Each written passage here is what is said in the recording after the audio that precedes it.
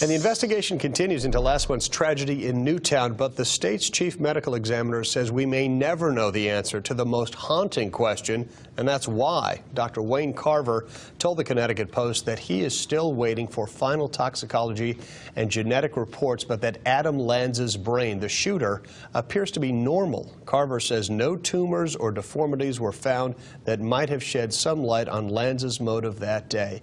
Preliminary genetic tests also ruled out autism and other intellectual disabilities. You can't do a blood test and say, oh, your child has autism. It's a label that we use when we see certain behaviors and characteristics.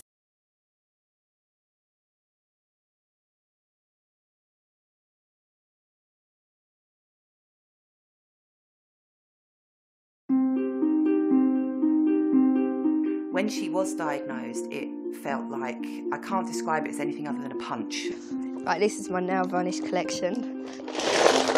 This is the 4th colour so far, today. So I do go for it a lot. And I enjoy doing it though. I like taking it off and putting it on. I think teenage years are particularly troubling for children with Asperger's. They're bad enough for typical teenagers. They're having teenage reactions to things that are just extreme. It took 2 social workers, Nigel and my dad, to get me out of the house into the car. Police said Adam Lanza shot and killed his mother, Nancy Lanza, at her home. He was equipped with 2 handguns and a Bushmaster .223 M4 carbine rifle.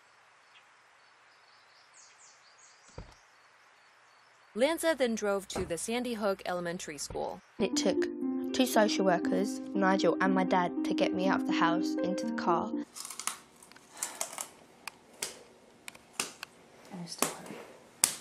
Okay, if we're going to do that, no, you're not. Come on, I'm not giving you any more crackers if we're going to do that. No, you're going to go over here. Come on.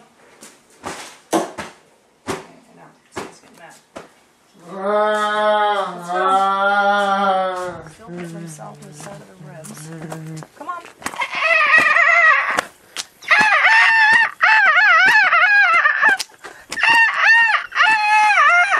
Wow, that is quite an imitation of a bird, James. I must say I'm very impressed.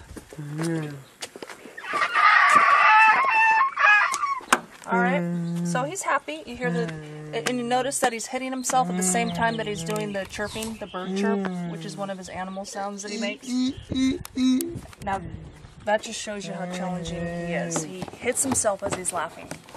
Because it's such a habit. It's actually become such a habit to him that he uses it while he's laughing and when he's upset. I mean, he uses it for every emotion. Come on, you can do it. Come on, push up.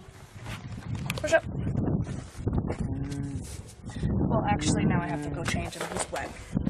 So here's another example of how you are now going to do one thing, but now he's got a wet diaper, so I'm not going to have him sit in a wet diaper in the car. And this is going to be real fun now. I've just redirected him here. Okay, good job, James. Okay, so we're done changing the diaper. Now we're going to redirect him back to the car.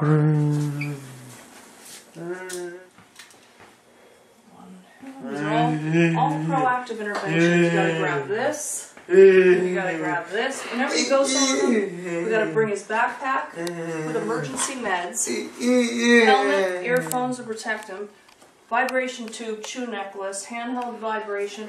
I mean, it's you know, it's a full-time thing here. You gotta bring a lot of stuff. You gotta bring the emergency IM, all that stuff.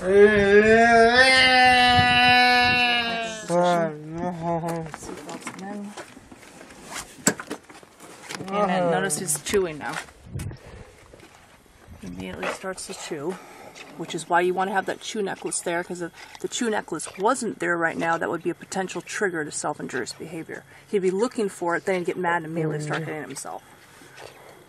So you have to have all these things in place all the time. It's constant proactive intervention all day long. Witnesses heard as many as 100 shots being fired. And also, you know, the protective ear stuff, because say right now the dogs, you know, started tangling with each other and one of them barked really loud. If I didn't have this on his ears, he'd start punching himself because the noise would scare him. Witnesses heard as many as 100 shots being fired. Oversensitive to loud noises. Sudden loud noises, or a dog barking close, or door slamming, makes you jump, makes you cringe.